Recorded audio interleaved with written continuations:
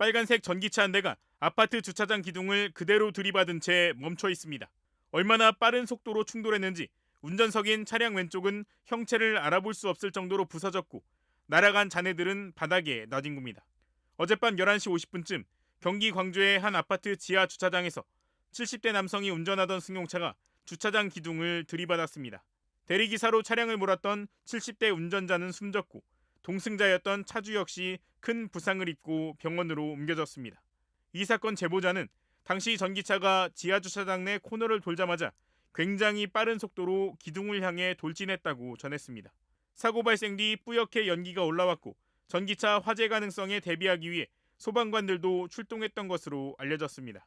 경찰은 대리기사였던 70대 운전자는 당시 음주 상태는 아니었었던 것으로 보고 있다며 급발진, 운전 미숙 등 모든 가능성을 열어두고 조사할 예정이라고 말했습니다.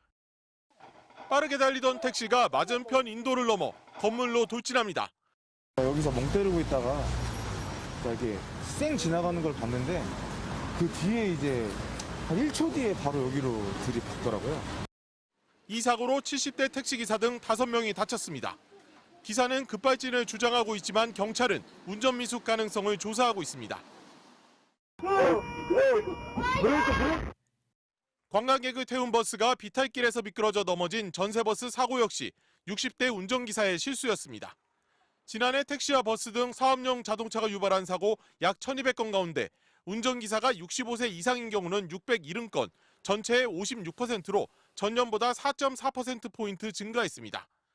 고령기사 사고가 늘어난 건 그만큼 고령 종사자들이 많기 때문입니다. 2020년 기준 60대 이상 기사 비율은 법인 택시가 49%, 개인 택시는 71%에 이릅니다. 개인 택시 기사의 약 17%는 70대 이상입니다. 버스는 60대 이상이 19%로 평균 연령이 젊은 편이지만 전세버스는 은퇴 후 시작하는 경우가 많아 60대 이상이 48%였습니다. 정부는 사업용 자동차를 모는 고령 운전기사의 자격 요건을 강화하기 위한 연구에 착수했습니다. 현재 고령기사들의 자격 유지는 1년에서 3년에 한 번씩 인지 능력과 반응 속도를 컴퓨터로 검사하는 게 유일합니다. 하지만 떨어져도 무제한 재검이 가능하고 민간병원 검사로도 대체돼 합격률이 99.3%에 달합니다. 2차, 3차까지 보다 보니까 그냥 통과되는 거의 걸러진 사람이 거의 없어요. 특히 다른 사람의 생명을 담보로 한다는 측면에서는 굉장히 중요한 정책이 아닌가. 일부 기사가 낸 사고를 이유로 운수업 자격 자체를 규제하는 것, 생존권 침해라는 반론도 만만치 않습니다. 국토부는 해외 사례 등을 면밀히 검토해 이르면 내년 초 개선책을 내놓을 예정입니다. MBC 뉴스 정동욱입니다. 시청역 참사를 일으킨 제네시스 운전자 68살 차모 씨는 40년 운전 경력의 버스기사였습니다. 버스 면허는 아주 오래전에 취득하신 걸로 알고 있어요. 서울에서도 시내버스를 몇 년간 하셨었고요. 차 씨는 급발진을 주장하고 있지만 경찰은 부주의나 운전 미숙 가능성도 조사 중입니다.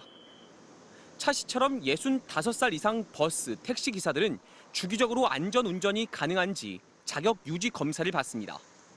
운수업 종사자의 고령화가 가속화되자 지난 2016년 도입된 제도인데 65살 이상은 3년, 70살 이상은 매년 받아야 합니다. 검사 내용을 확인해 봤습니다. 화면의 오른쪽 또는 왼쪽 화살표가 나오면 버튼을 눌러 방향을 맞추고 빨간 신호등과 위험 표지판이 나올 때 브레이크를 얼마나 빠르게 밟을 수 있는지 등 7개 검사를 하는데 이 중 최하 등급 2개를 받으면 불합격입니다. 하지만 14일 뒤 재검사를 받을 수 있고 검사 횟수 제한도 없습니다. 이게 이제 검사를 계속 반복하다 보니까 학습 효과도 있고 그러다 보니까 변별력이 없다 문제가 있어서. MBC 취재 결과 실제로 작년 시험 합격률은 버스기사 99%, 택시기사 98.6%였습니다. 버스기사의 경우 13,761명 검사를 받았는데 13,624명이 합격했습니다. 4년 평균 합격률도 각각 98.91%, 97.61%에 달했습니다.